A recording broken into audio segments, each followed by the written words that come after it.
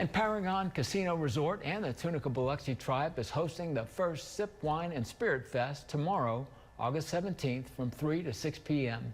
This event will serve as a fundraiser for 4 different organizations around Central Louisiana.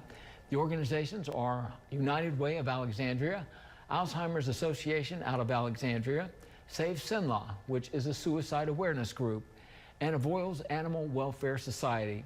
At the festival, guests are given the chance to sample different wines and liquors from Paragon's vendors and distributors, and a variety of food from Paragon's culinary team. Joan Botts is the Vice President of Marketing at Paragon and says that this event is just one way for Paragon and Tunica-Biloxi tribe to give back to the community. Paragon Casino Resort and the Tunica-Biloxi tribe, we've always placed a heavy emphasis on helping the community and partnering with our local and regional nonprofits to give back and to help and educate whenever we can. All 4 organizations will be at the event. They'll each have their own table. They'll each be doing their own raffles and giveaways.